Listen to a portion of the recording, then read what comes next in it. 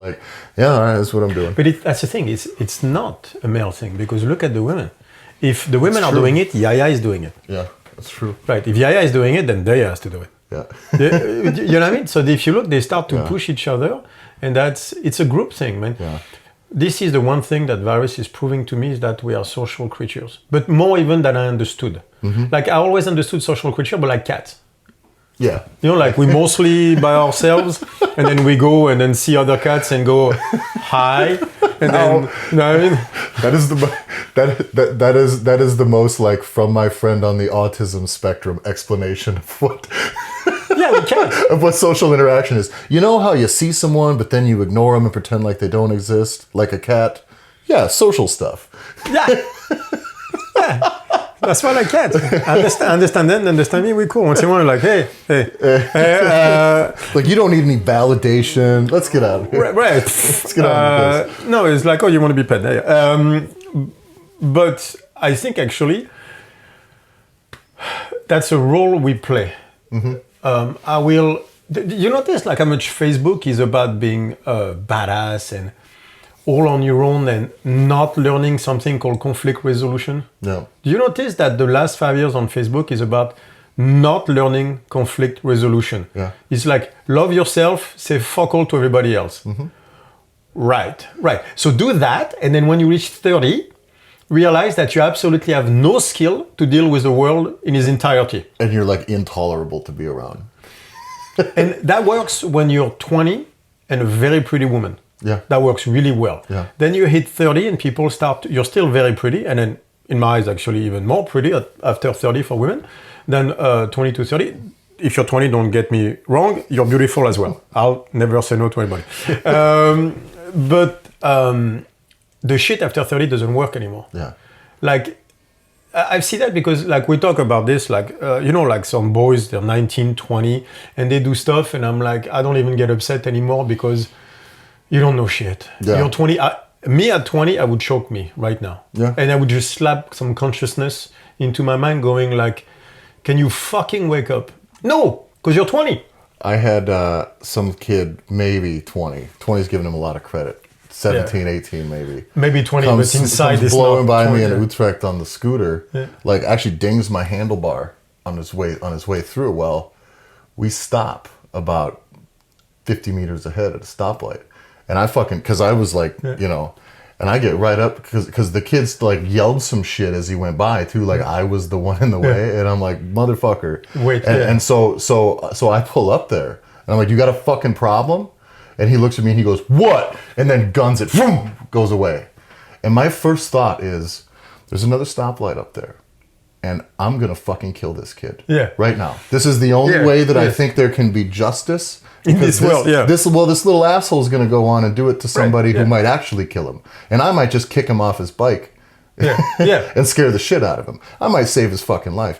Instead, of course, I walked away because I'm like, at 18, if you're going to look at me on the street after you piss me off, and this kid weighed 50 kilos soaking wet, I'm like, if that's what you're going to do, like, there's no reason. I'm not going to reason with you. Yes. I'll let someone else stab you in the fucking street. But there's a part of you that goes like, I get it. You're like, there's just no hope for you at this point. You got to go not in. Yet. Well, that kid needs to go in and get his ass kicked by 15 people, 15 different ways for doing 15 things like that. And then he's going to figure out how the world works. And by the time he's 28, he'll start to see that the world is not like that. Yeah. Like there's a gap. But what kills me with social media is that they feed that 20 hopeless non-intelligence thing. There's a thing about it where I think people are trying to not, when you talk about the lack of conflict resolution. Right. Well, you have to learn that. Well, but I think people aren't trying to resolve conflicts. They're just trying to I don't know, just blast their way out into the world. Like, right, this but is me, this is my This thing. is the arrogance of a 19-year-old. Compromise. Yeah, well, then I know everything. And then now in the, when you try to get things done or figure things out as a society, and it's like, no, we don't have to compromise. There's just this thing that I think for no fucking reason. No, but you see it that also is the only way. Like being free, being like, yeah, free is great, but you still gotta eat. Yeah. It's like you can be everything. No, you can't be everything. You can be anything, but you certainly cannot be everything. Yeah. Like you can be average at everything, But if you want to be good, you're going to have to choose something. That idea of choice, of commitment, because that's what also part of conflict resolution is commitment. It's like, I'm going to make this situation work. That's an interesting thing. And I think that carries over with coaching too, is it is about commitment, more committing to making it work, to a solution. Right. And that's, with my career with coaching, and with, the technical side of things in my other field is like, the solution is the thing. The solution has always been the thing. And the solution, coming to someone with confidence saying like, hey, we're going to get this taken care of for you. Like, that is saying we're going to find the solution to this. It's going to, and that can calm people greatly. It's been doing business here is and it's context dependent. Exactly. But I also find that like doing business, all I want sometimes is for somebody to come up to you when I'm having problems with whatever, getting a phone or whatever the bullshit is. All I need is someone who works there to go, hey, we'll get this taken care of for you. We're going to make sure we get your cell phone sorted out today. All you have to do is say that, and then I'll cough up any documents, whatever we need. Yeah. But most of the time, it's not that way because it seems like you're trying to not solve the problem. You know what I find fascinating about that exactly is the need for structure does not mimic, for example, how the brain works. That structure you're talking about is like saying there is such a thing as happiness. I was reading an extremely deep paper about emotion, the theory of constructed emotion, where we posted it on the Scientific Library. I'll probably make a post on the Scientific community. It's very deep, so that one is deeper than most of the other ones I post, so I don't think people will be able to get into it much. Yeah.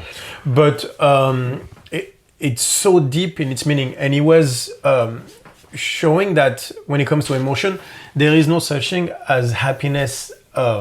There is a feeling of happiness, but the feeling of happiness depends on context. So there is such a thing as happiness, but there is only happiness in the concepts that you created throughout your life, which means there's happiness with friends.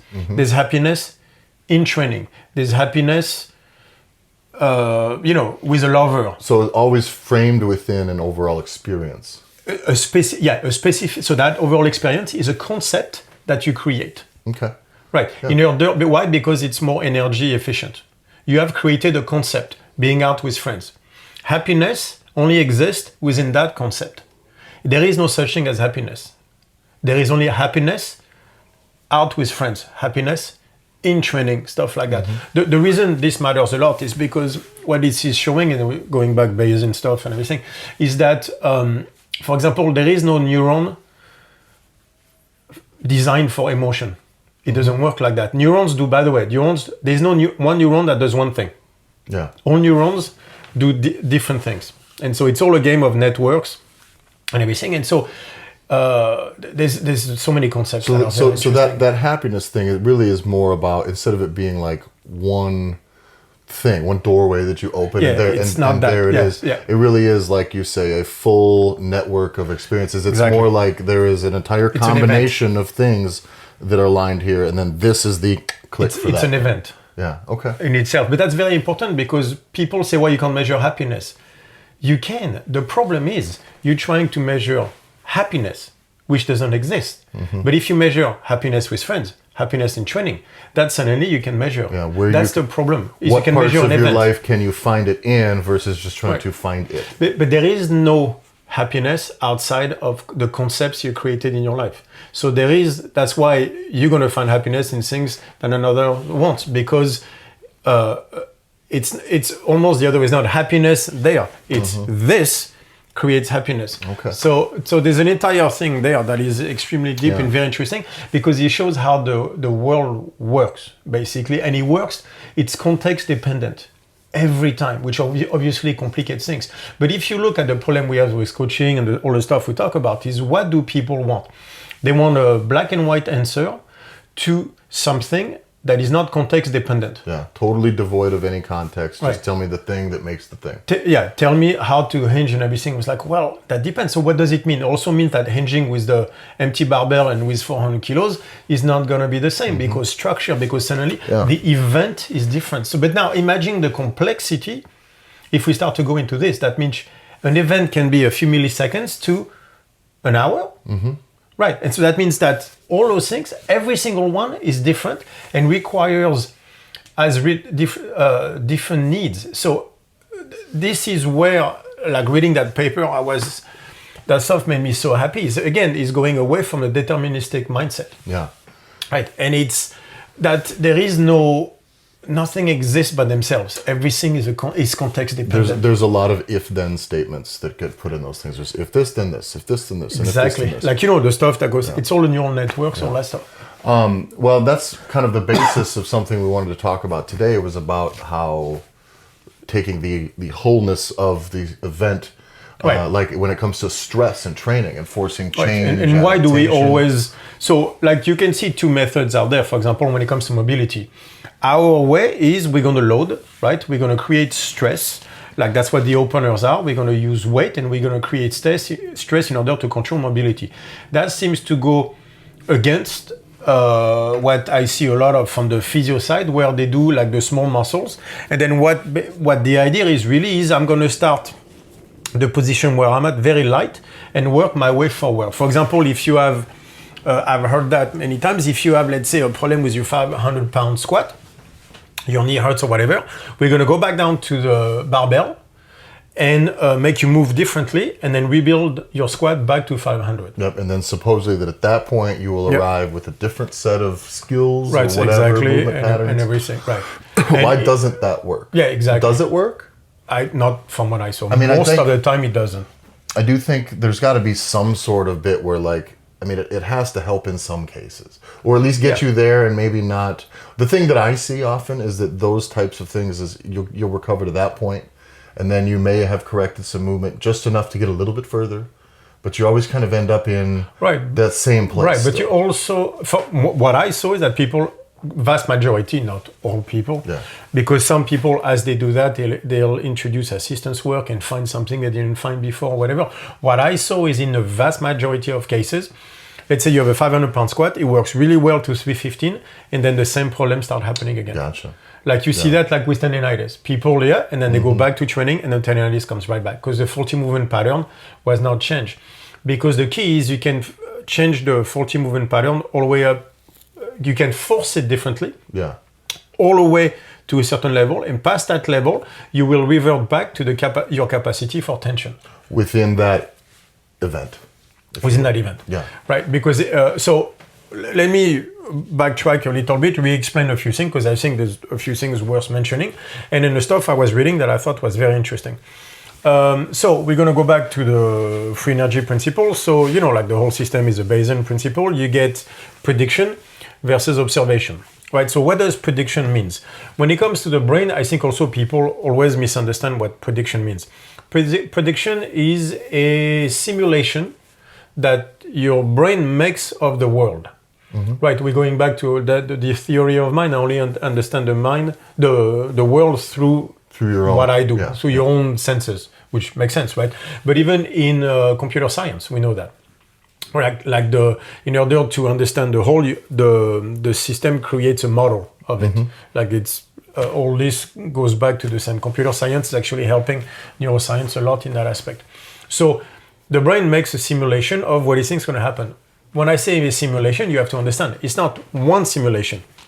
It's a set of simulations, 10, 20, 100 or whatever. And he's going to try to figure out which one is the closest to the situation at hand. Yeah.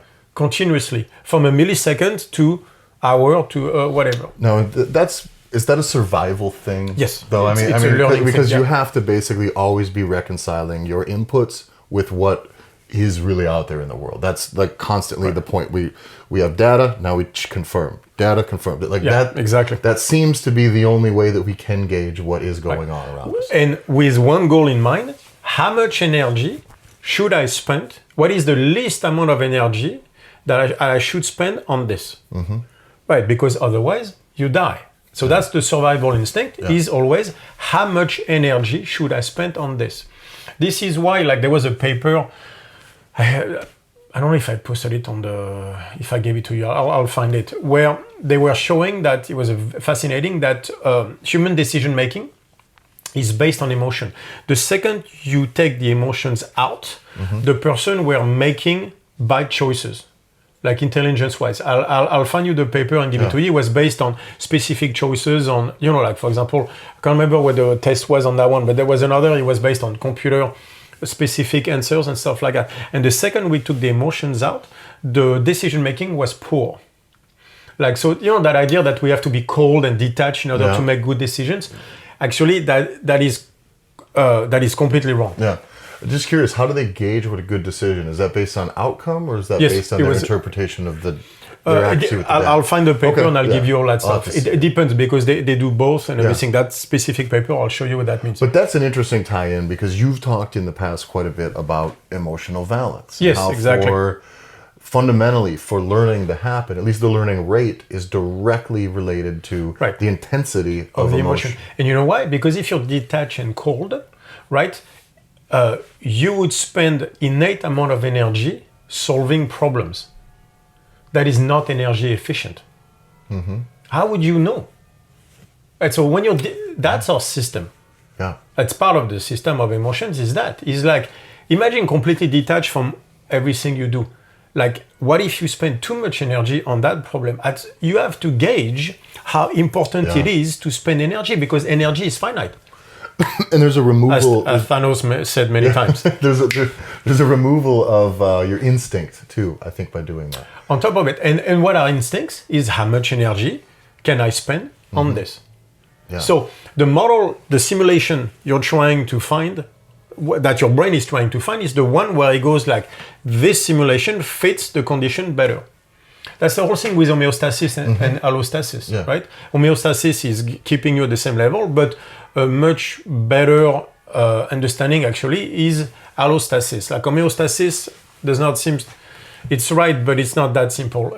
We have to look at it as allostasis is a much better idea. It's the allocation of energy toward what's coming. Yeah. That's what allostasis is. That's why you have a fever, because I'm allocating a certain amount of energy, raising body temperature and everything to fight the virus coming in. Yeah.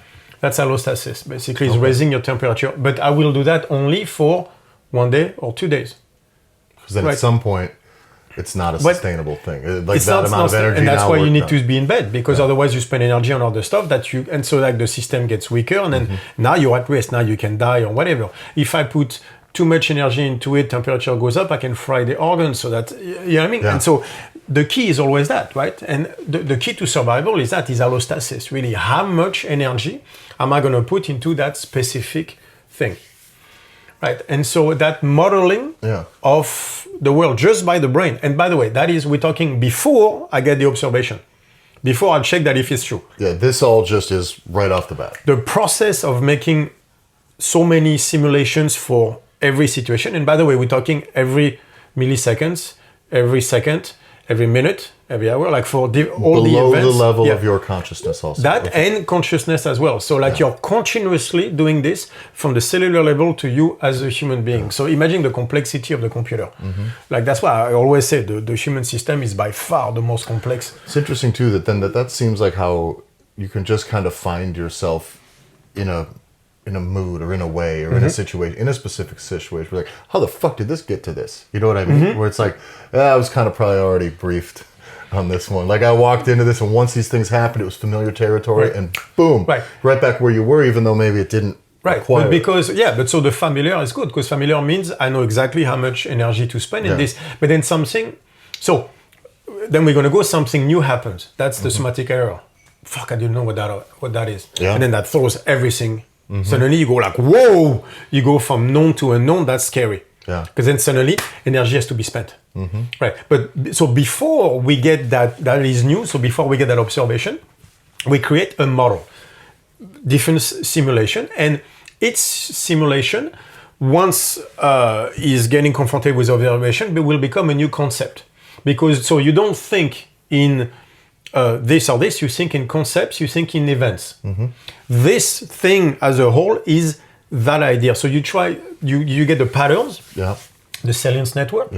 You draw the patterns and you go, this, so everything is a pattern. That's why even pigeons look for patterns. Like, did I ever tell you that one? There was a paper that was done. It was my friend Travis, at the St. Louis National, that was saying, like, they try that with people. Like you go completely irregular lights. and you tell people to find a pattern, and they always find a pattern, even though there is none. So they go like, oh, maybe it's humans. They did that with pigeons, like where they press something and then they get food, but completely random. There was no pattern. And then all the pigeons started dancing because they always figure out a pattern that they think gives them the food. That's interesting. Even pigeons were doing it. So it's just trying to find the pattern is life. That is life. That's very well, and at the fundamental root of the prediction mechanism, that is entropy. Finding the pattern. Because entropy. Yeah. We're going back always to the same thing. We have to find everything and coalesce into order. So that means that from an animal to us, we do not see things. We do not process singular stimuli. Mm-mm. Everything is an event. Because we're having to put it all in order. You have it to put it as a concept. Yeah. Everything you experience, you'll put as a concept. Why? Because now that concept is there. I'm going to go through that concept to get to that spot. Why? Because it's energy efficient. Where does this... You know, like you have redundancy when you did your electrical stuff and everything. It's like that circuit goes through that. Yeah. Because otherwise, they just fry. How does this tie too with things like we talk about the body storing trauma and things like that is very interesting then when you apply that to this because you have that's why the whole pattern. And people wonder why, it's if a dog bit me when I was a kid, I'm going to be scared of dogs. But it's like, nah, you might go down by the some dumpster around the corner, which is where you saw a dog in any neighborhood that looks like that. Whatever pattern. Anytime you see any dog, that whole thing will freeze your whole world. What pattern did you create in that event? Yeah. What concept did you take out of that event? And so often when I speak to people who've had some sort of trauma, it's very rarely the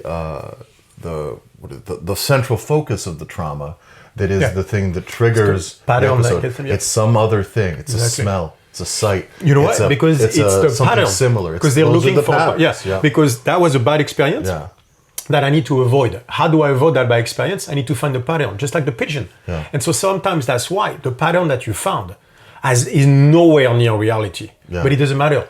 You needed a pattern because you need to create a concept to get there. So to defend that shit from happening again, I need to create a concept so that I understand the thing, so that I don't have to go there again. The problem is obviously, it might be the wrong one. Yeah, and you'll take that entire thing, the whole concept there, and then you can just put that in a bad box. Avoid this to be safe. Right, thing. Exactly. And anything that can come up it's a survival thing. That's very tearing cool your hammies on the sprint. Yeah, I'll never sprint run again. As fast again. That's not a problem. Yeah, but So what is fascinating about this is that creation of concept. Right, which is so that's what the prediction is. It's taking the patterns to put the event as a concept, right? Represents 20% of our all energy expenditure. Overall, including movement, like caloric energy expenditure. Like per second, you spend that energy, 20% goes on creating models. Is that fucking insane? Yeah, just painting your picture of reality. Yeah. Crazy. That is an insane amount of stuff. And so when you say creating models, you mean solely on basically assembling those patterns. Yeah, creating concepts. Yeah, exactly. Okay. Creating concepts. And then you go against observation. And when the observation does not match exactly what the simulation... So you get an observation, you go like, I get 10 choices, right? This one I think is that one. And I put it, observation comes, and they don't quite fit. Right, they don't quite fit. That's a somatic error. Yeah. That's when you go, ooh. So now you process the somatic error. And now I need to reconcile. So reconciliation comes in. I got first choice, least expensive is I made other simulations over the same stuff. I'm going to switch it. Yeah. I'm going to change my prediction. Okay. I'm going to make another simulation, another concept that is closer to what that observation just gave me. Now I'm going to say this only because you said it to me earlier, but you said that's the least, as far as to reconcile, that's the least energy consuming way to reconcile, right? I believe that's the best way to look at it. Okay. Yeah. Again, like all this. Yes, it's true. So, but if we're thinking just aloud, right? If we're allowed to. Let me put it this way. That is my opinion at this moment on the subject. Okay.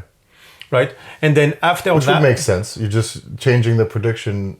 Is pretty easy. Like, I already made a bunch of simulations. All I got to do is change the simulation just to make it fit based on. So the bigger the mistake, the bigger the energy has to be spent, going back to anxiety and all that stuff, right? Right. So imagine if I need so much energy to spend on the thing, right? So first thing is I can change the prediction. Second thing is I'm going to change the way I feel about it, right? That's more... and by just the terminology, the way you feel about it, we talk emotional balance. That is going to require emotional amplitude, which again, if that's more up than just changing the prediction, that's allostasis. More energy is going to be faster path towards adaptation. And that is allostasis. Right. So for example, I raise my immune system. Right. It's cold. I start to get hotter. I raise heart rate. Like if you decide to go up, to stand up right now, your heart rate will start to rise before you stand up, because your body is already getting ahead of the curve. Because if you're reacting, it's not nearly as efficient to survive as it is as proacting. Okay. You know what I mean? So I'm about to stand up. If I just stand up but my heart rate is the same, blood pressure, number of things, that's not good. I can fall back. It's just not efficient. So my body will predict I'm about to stand up. The whole thing, so prediction is made. Does it feel like to stand up? What do I need to do? Last time I did it this way, I fucked up so much, did this way. Then heart rate goes up, start to get the blood pressure and everything, and then the action comes in. That's why I always have to hold my breath before I sit up off the toilet. Get the blood pressure back up. Exactly. Yeah. Right. So you've learned how to do it the most efficient way. Yeah. Because if you go up and then you spend too much energy, or I've never thought about that. Try to just totally unannounced without a moment of like breathe through it, like a inhale on the way up out of the seat. Yeah. Sounds like a good way to just pass out. Yeah, right.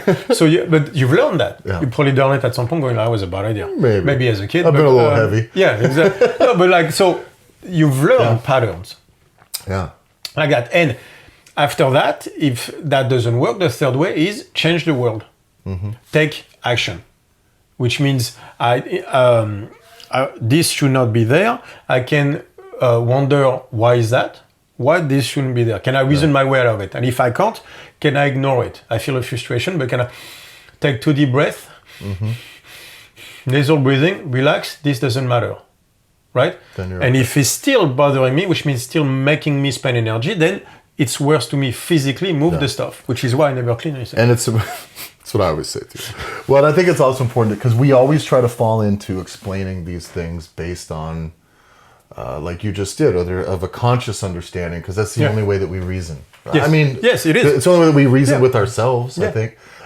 But that is also not quite how it works. No, so that explanation is a thing that's being done without your consideration. Yeah, right. That's it. So everything that you say, I think that's out of the window. But those are your 3 options, and it's going to fucking happen. Right. For example, your body feels the virus coming in, the immune system responds. You're not deciding any of this. It's happening, and it's not up to you. So we're going back to the problem always where people think that conscious thoughts are the rational part of us that decide. It doesn't decide. It's usually the least rational part. It doesn't decide shit. This is the conscious thoughts happen at the end. It's a drawing on the whiteboard, man.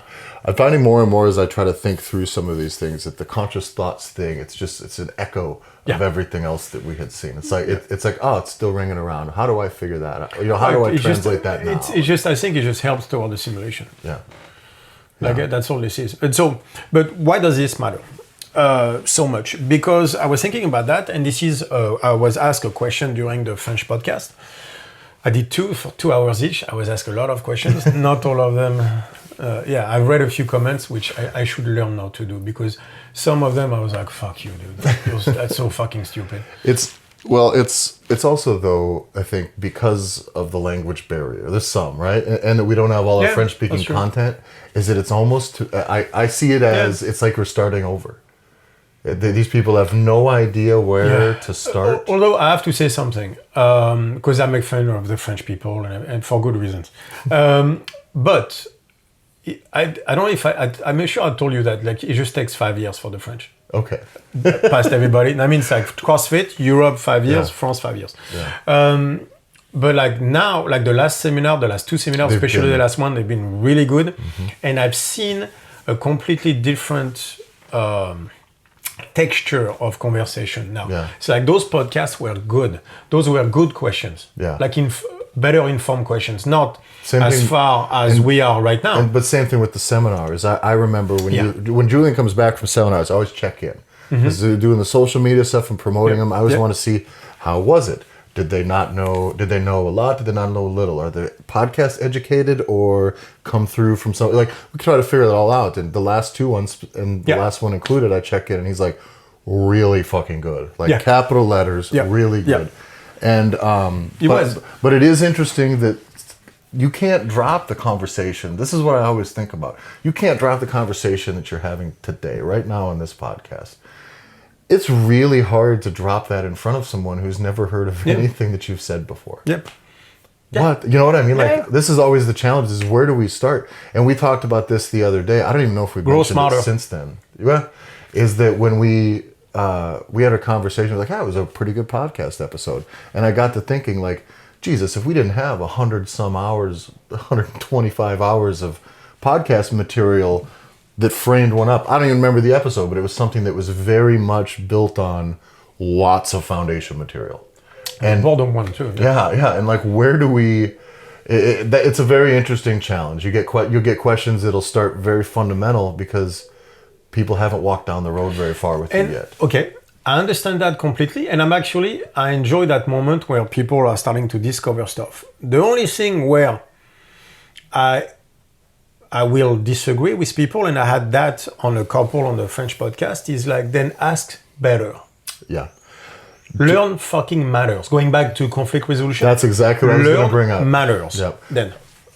Help me understand this. Help me help you. Or if I come to you, like, can I need to help you understand what I don't understand so we can get to a thing. Like, let's get the thing going. And so there is something, I think that's a human thing. That's not an informational or a system thing. I think you might just have, that's how some people are, and that sucks to be exposed to. But but it's also, again, like the social media has promoted that incapacity to, like, you asking someone or maybe my grandmother raised me differently, but you asking someone a question, asking him to give you his perspective, his knowledge or whatever, and until you deem this was worthy, you act like you are owed something. Yeah. I disagree. Mm-hmm. I disagree completely.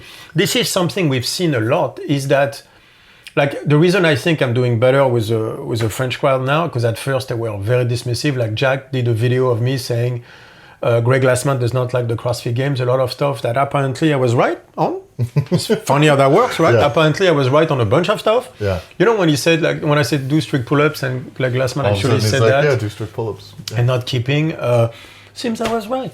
So a lot of the stuff I was saying on that podcast with Jack, at the end I was right. Yeah. Anyway, I was harshly criticized. I looked at comments and stuff for like a few days, and then this is one of the reasons also I backed off from the French community at the time, because I was like, you'll do what you want. It's like, you know what I mean? Like,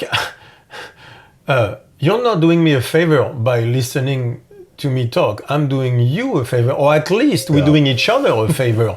But that idea that it's owed to you, like you're doing me a favor by listening to me, I was like, I'm gonna be over there then, bye. That was weird stuff. But this part has changed, I can tell. Yeah. And the reason I think it's changed is because I've been around for long enough that I've earned people's respect, I guess. Yeah. Well, plus having made enough statements over the years that have been proven to be right. Yeah, maybe. Like more often than not, does give you credibility, and people at some point can't really deny it. You know what I mean? You just can't. Right. There's a reason, by the way, there's a fun fact that I pointed out to you yesterday. You know, there's a reason most presidential candidates aren't, over the last how many years, don't end up coming up from the front-running, decades. Yeah. You don't go from like a 40-year congressman to becoming president of the United States. Because you can't actually like raise your hand and vote for something on the record for 20 years and not have made enough bad decisions to have someone bury you publicly. And in your case, you've raised your hand and said, no, I think this, on the record, publicly. And in the end, we should probably do some strict pull-ups. all of those types of things seem to show. And so, but in this most recent stuff, you had some pretty interesting questions as far as. And so, and there was that idea that I faced a lot. That idea that, because we were talking about the foam rolling, for example. Yes. Right? So the old stuff. So for example, like your shoulder hurts. So what you do is you turn off everything by pummeling the pec or the stuff. And the idea was until you can get that mobility, which is not mobility, you just get flexibility. That's another podcast. So, and then I'm going to start light from there. And then I'm going to basically go back to raising the weight slowly and slowly and slowly and going like that up until I go to where I was before, except now with no pain. Yeah. So first of all, for the vast majority of cases, it doesn't seem to be working. Like science is made of hypothesis versus observation. So the idea of smashing starting light and then we move forward.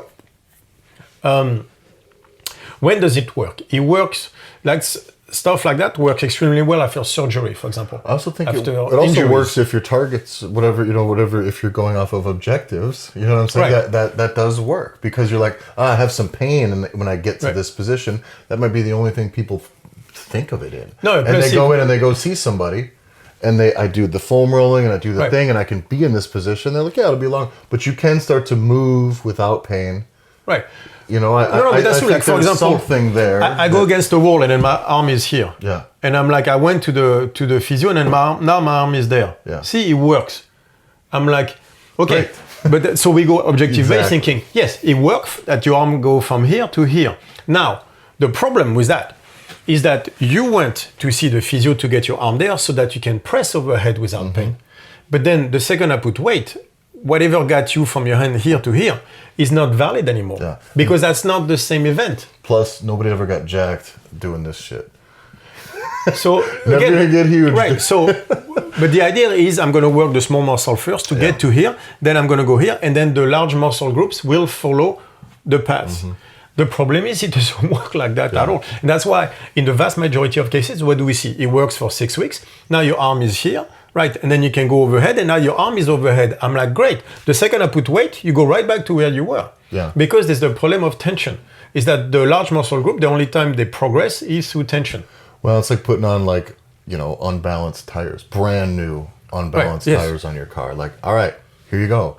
Get up to speed. Right, exactly that. It's exactly that. Yeah. It's exactly like cool. They look nice. They're new. And by the way, like you went there, or like let's say you smash everything to be able to go here, and then you press. That's our conversation with systems. Now you need that every time, and you need more of it. This is the conversation about systems, where like I build bigger roads for more cars with more parking structure. Yeah. The only thing you get is even bigger roads with even more parking structures because you have more cars on the road. So you do this with a certain exercise. Now you add the weight.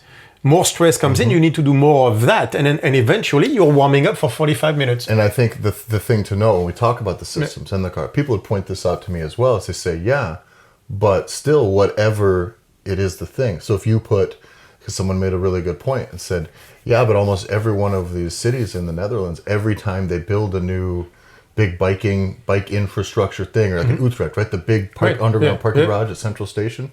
Marvel of bike infrastructure technology, to be honest with you. Not that it's a hard thing to build, but that like not a lot of places are prioritizing those types of things. It's really cool. But they say, well, once they finish that, they're already like, we need another 500 things. The question is, so that still, when we're talking setting constraints, that is more desirable, more sustainable, and easier to look after, trying to constantly add space for more human beings and bicycles. Right. No, but it comes back to the simple stuff then. But which one do we want? More bicycles or more cars? So with this system, we want this better for people. We want more bicycles. And so when we talk the training thing, we take that systems thing over to training.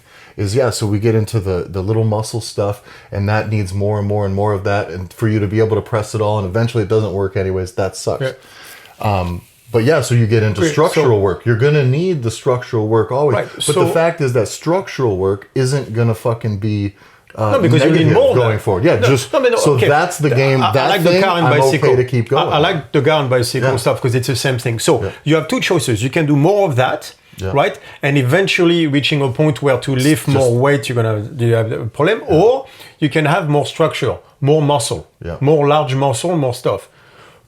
which one do you want? More time warming up, smashing everything to do the movement without pain? Yeah. Or do you want more muscle that allows you to do the movement from the beginning? And which one do you want? Yeah, and which fundamental principle do you want to have to chase after for the rest of your training career? Exactly. That's the truth. Because you're going to choose, I'm going to go down this road or I'm going to go down this road to get myself back to For pressing. example, if I have a car or versus a bicycle, there are issues with both. Right.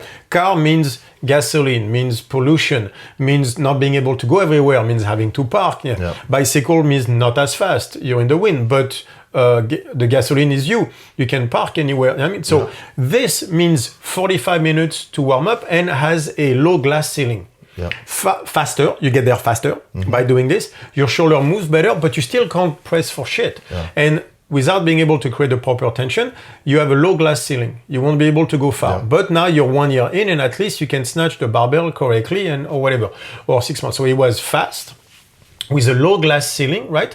And requiring longer and longer warm-up time to do. Or you can do more muscle, which means now I have the muscle to do the stuff. Now I have to learn the skill. I have to work on mobility. Takes a little bit longer, but the glass ceiling is much, much, much higher. And by going with you can almost always tell usually that you're on the right track with a constraint-based approach. Right. In that it requires some more work and effort, like you mentioned before, Because we're going to get to that. beginning. Yes. In the very beginning, to be on the right path, to go down that sustainable route, you have to follow those constraints. You have to know, like, I can't go down this fucking pulling on bands and lacrosse ball in my shoulders for 45 minutes every session. Now I'm going to explain why that doesn't work. Also, why the glass ceiling is so low when you do that. But also, like the problem also between the two is you're going to need the large muscle groups in order to get stronger. So unless we're saying that we have an objective of snatching 40 kilos perfectly, it's not a good, you know what I mean? So when they rebuild the squat, the idea is, okay, so the idea is we're going to rebuild to, let's say, 60% of where you were before with no pain. Yeah. Is that the goal? That sounds weird. But anyway, so but, going back to how much energy I spend, what doesn't it work to do that way? Because remember, the max amount of energy spent is on changing the world. Yeah. Right. So that's basic. That means there has to be to get there. That means I need to commit to spending a lot of energy. Yeah. That is an event where I'm going to have a specific why to do that. It's going to take time to build, time to get my head around, try to do stuff that naturally the inclination is let me just change the prediction. On that doesn't work, it's a snatch, but then let me change how I feel. So I'm going to start to smash this or like, oh, that feels great. Right. But the amount of energy that you put means you're only going to change the way you feel about it. You have not changed the movement. So the faulty pattern movement has not changed. The only thing you changed is how you feel about it by smashing, by doing a number of stuff. But the second, load, so you never really get right. there. And you know, like maybe working on a little bit on the technique and everything. But at some point, the requirement of I need to change the world means you need to change. You need to build the muscle and everything. That is enormously energy expensive. Yeah. Right. So that means there it becomes a different event. And the stress is required because, again, don't look at it so much as an individual stimuli. It's an overall event. So that means that in order for me to change my structure, to change a movement, any movement, I've learned to do it like that. Why did you do it like that in the first place? Because you have natural imbalances, because you favor the traps over trauma early on, sports that you played, old injury, natural weakness or whatever, you've done that, right? Yeah. So to change a pattern that you have deemed maybe bad technique, but that you created an entire concept on, to change that, I'm going to have to change the world. That is a lot of energy that comes into it. So that means I have to create an event that is far more energy expensive than the one I already created. That change requires a shit ton of stuff, and the amount of stress that has to go into it is very, very great. So I want you to repeat that again. So right. So the reason going essentially with the right constraint-based approach in the beginning. Phrase that for me again. Is it? It's because you have to actually create an event, a new concept, a new concept, a new event that's going to have more demanding energy requirements than the problem you're trying to solve.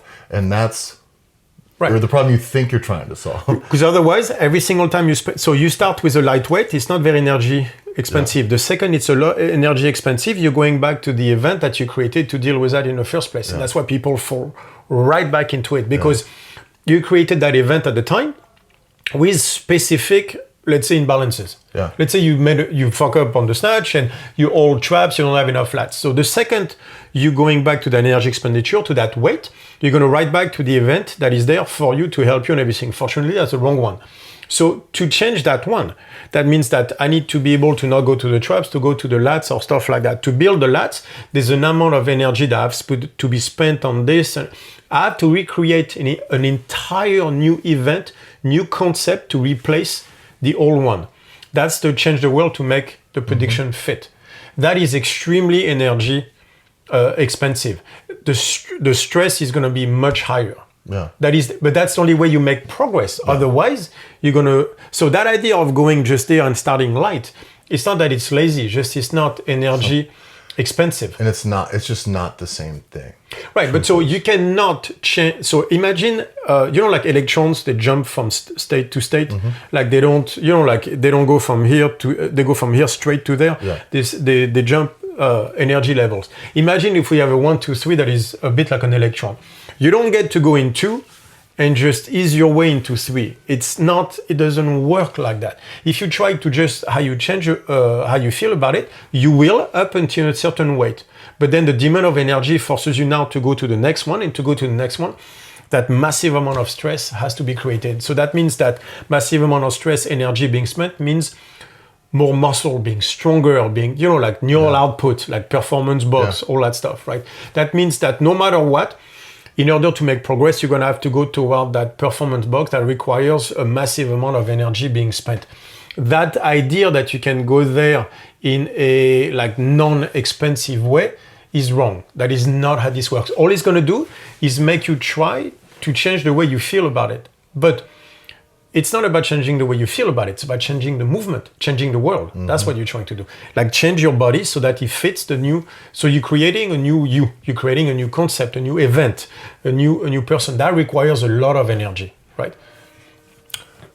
And that's not that. Is you have to recreate the entire muscle structure, like fixed imbalances that was there in the first place. I've heard you talk for a lot of years. Yeah. I mean, this is really cool. I mean, I think this comes in and plugs into so many. For me, this is the first, we've talked about it before, but this version of this where we piece together so much from the prediction stuff to the emotional balance stuff to the movement stuff, and this is why we talk about how you get, say, new people, or say the France audience where it's new. I know. Where I think I get it. But I think for those people, if you're new to this stuff, it is important that all of this stuff be a part of it, because you almost can't understand, truthfully, one piece of... You can't fully understand torque, internal and external torque, without understanding its effects on the nervous system. Yes. And you can't understand torque and how you should be teaching tension and correcting people's movement and patterns without fully understanding the prediction thing and emotional balance. Mm-hmm. And you can't do any of that really well with the full picture without creating this entire whole situation around what reality is for that person and for you. And I just think that every new piece that you add makes the other stuff more valuable and easier to use. And so this is what I advise a lot of people, because in the beginning, my first thought, I've said it before on the podcast, was this guy's really smart and he talks about a lot of things that I don't understand. But I got the movement thing and I understood those basic principles where I needed that to be the thing that underpinned the way that I coached my clients, because I believed that to be right. And then what I did was I went, I got to just stay focused on this so I can teach this to do this, because I got to stay in my wheelhouse. I don't have this figured out yet. The problem is had I been wise enough to just absorb and absorb and absorb and absorb, not all those things that I would have learned or picked up would have gave me that big click.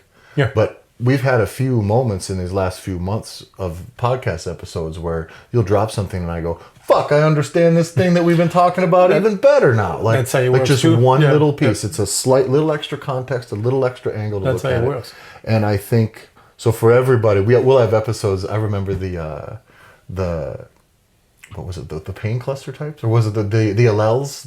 Yeah, there was a pain cluster. Where like, was like, man, that is a really, really, really complicated episode for someone to walk into off the streets. But I'll be goddamned if they were one step shy of that might, really, really be a huge breakthrough for them. So I think every new thing you drop in to tie in has the potential to open the door for everything within StrongFit to somebody. But the reason I think this is so important and why I'm not slowing down and why we're not going the safe route of just using internal talk and external talk to sell seminars is I do believe 2020, we are back in 1920. Well, I'm going to explain. In the early 1900s, you have Einstein. That's around the 1920 area.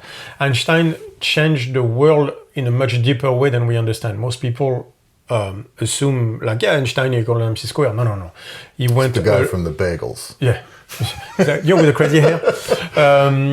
He went way, way further than people understand. The impact of Einstein on society is much deeper than people understand, but also what he did from there. And that actually started with a guy named Max Planck. When quantum mechanics started, so around 1920, Niels Bohr, Einstein, Schrödinger, Max Planck, all those people, like that fundamentally, it was a paradigm shift because we thought the world was deterministic and he went into that probability thing of quantum mechanics that said like, we do not understand. The world is not as we thought. Yeah. And that the 1920 will be a moment in human history that is as big as it gets, honestly. Like from the evolution forward, if you look in the last centuries, all the stuff, it comes from Einstein and quantum mechanics. Like all the progress we've made, the cell phone, if that's a progress, it all comes from that. In the last 10 years, I believe that we are seeing the same thing when it comes to neuroscience and the understanding of the human mind. We're starting to understand the code, how the shit works. And that, if you look at the literature, it's really in the last 10 years. Yeah. I believe, I might be wrong, because it's always a bunch of people. Like as Newton say, I stand on the shoulder of giants. Yeah. That Carl Friston is in many ways the equivalent of an Einstein. Like the stuff, like his free energy principle, again, is based on Schrödinger's work and all that stuff. But again, you stand on the shoulder of giants anyway. It just seems to be very ironclad interpretations of reality, like true reality. Yeah, like that dude. Yeah. I believe he's an Einstein of now, and I believe like the work he has pioneered, because if you look like the free energy principle is 207, I believe. That's right at that age, man. Yeah. Like the idea of interoception and predictive coding, when those two mix together, you get stuff. And I think like the speed is starting to ramp up on this understanding of the human mind because of that. So I think we're on the brink of a quantum mechanic breakthrough in neuroscience. Well, there's something interesting to note is over the last, what has it been, 20 years now, 15, when they started mapping the human genome. That too, yeah. That was a major door, yeah. But what happened was, that is kind of disappointing. What they got at the end, what happened at the end of that is it was like, oh, we're going to understand everything as though that lies as the source code. And unfortunately, that really only sits in and it can be interpreted in the physical space. Not even that, because remember 93% is junk DNA. Yeah, that's what came out of that. I'm exactly. Like, fuck no, it is not. Yeah, there's no such thing as junk DNA. Yeah. Yes, that bullshit. And so what comes is you get to that, and there's so much to be learned and developed upon that platform. But is that at the root of everything? Fuck no. No. And so what comes? Yeah. What had came next was the genome came and was not the fucking. Deterministic. The world is not deterministic. And exactly. And so what do we do? It's like, well, let's start looking at really like how we, as organisms, interpret reality.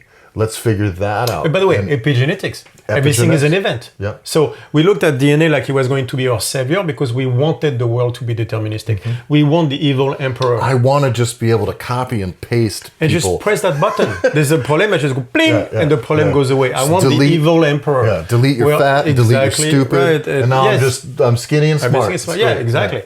And it turned out it wasn't. But then epigenetics said what? Oh, reality changes the expression of the gene. So now suddenly it's telling you that every event makes you different. Yeah.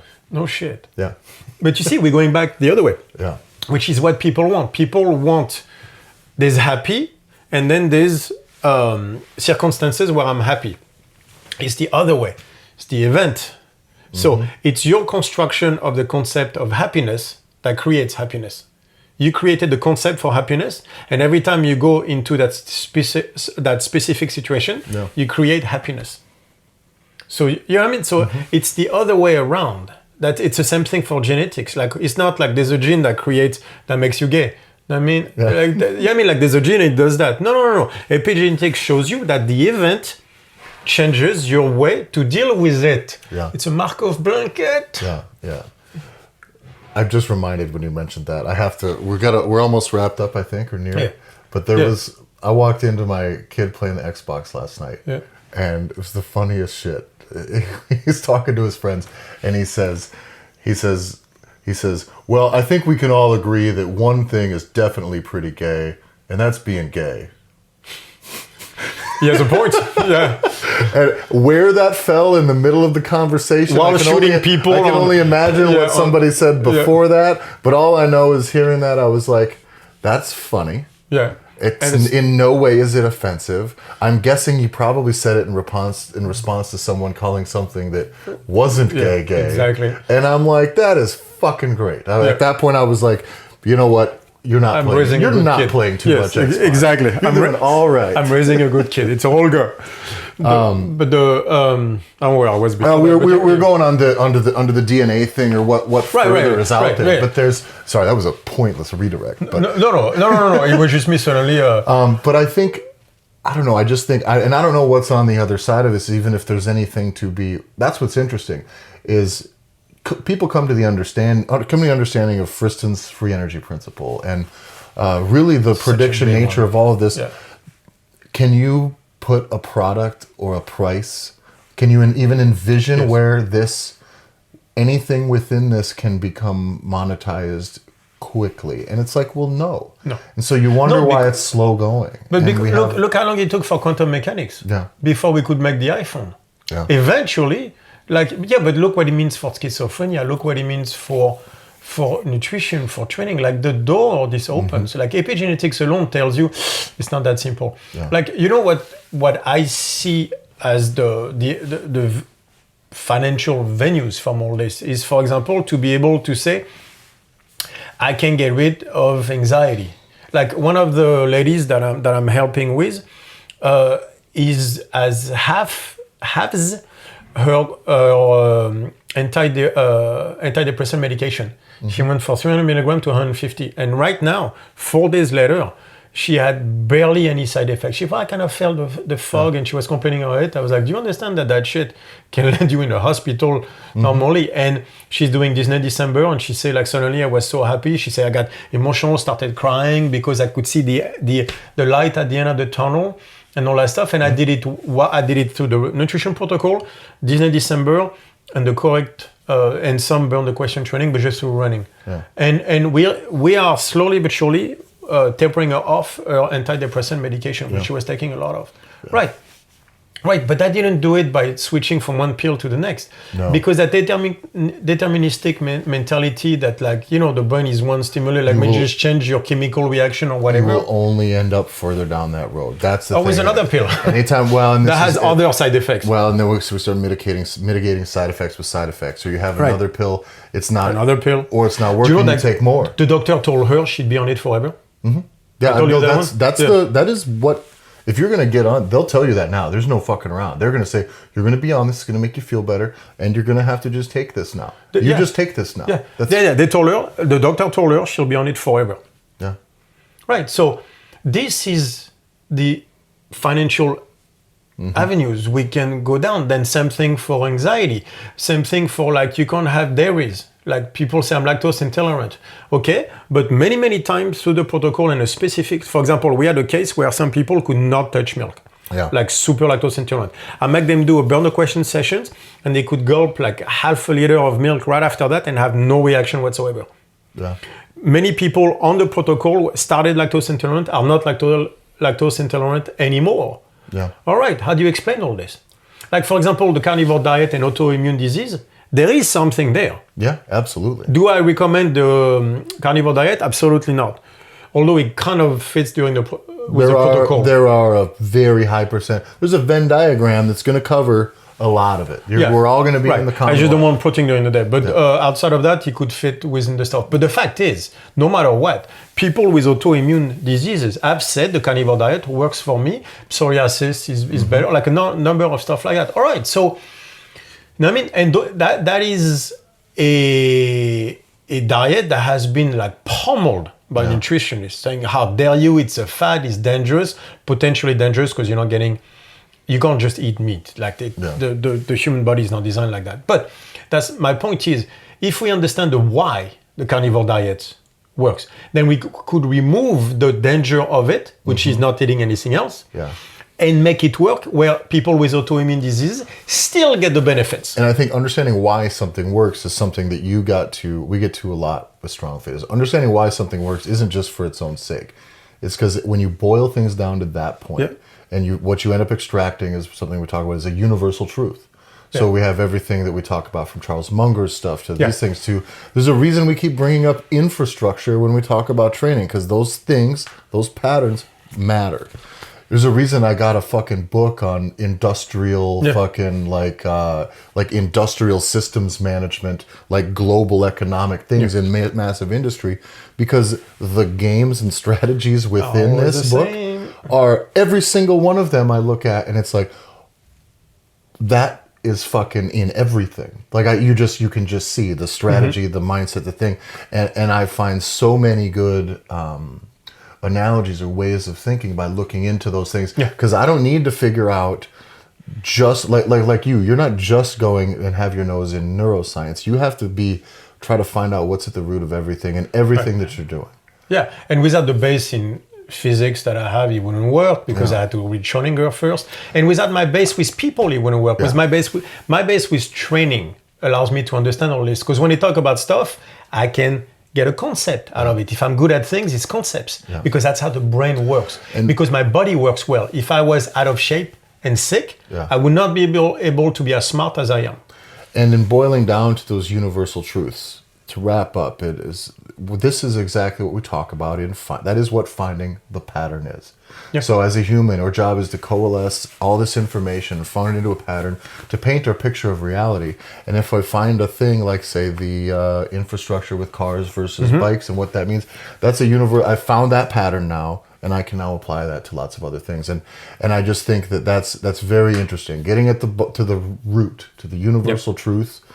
That is exactly at the root of what we talk about with Schrödinger, with the prediction mechanism and Friston stuff. All of those things, pattern recognition is going to point to universal truths. And that's what we're here to find. And to go back to your point about what is the financial avenue for that, the StrongFit way, then for everything I explained, means one way. It means less pills, more coaches. Yeah. That's the financial incentive of all this. That means that everything I talk about will allow us to create more coaches that will help people. So it will be more humans, less machines, less pills, more coaches.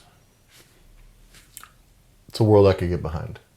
So, well, that's got us all wrapped up for today. This always scares me when this does this. It'll go to sleep if I don't touch it for like an hour, and I get terrified, fucking terrified. So to wrap up, strongfit.com, strongfitequipment.com, strongfitequipment.eu. At strongfit.com, you're going to be able to find in the classroom segment there is our the functional integration training template, one-on-one nutrition and coaching is pretty much almost full with Julian, but there's a couple spots available. But all that there is at strongfit.com. You can also find links to all of that at strongfit1 on Instagram in the bio link there. Strongfitlibrary.com. Manta Fitness. I did not listen to you for the last. Well, literally, like I was completely dozing off for the last minute. I gotta get something in me before we go train here. Yeah, that too. Plus, I'm thinking about the space we just found. But like, I literally, I have no idea what you just said for the last minute. It's okay, guys. By the way, I finally got a place in Amsterdam. Moved in, settled in. This is technically the first episode of the podcast where I have been able to just, even yesterday, I got up, ran a couple errands. I got to just stop by here on the way home and film a thing and check in and have a chat and just head on back. And so now we are just ready to fucking go. Yep. It's great. So we're settled in back. I couldn't be happier about having things laid out the way they are. So we're ready to rock, settled in Amsterdam, new things coming. So stay tuned. Yeah, we have a new thing coming. It's a new hotness. Yep. All right. We'll see you guys. Thanks.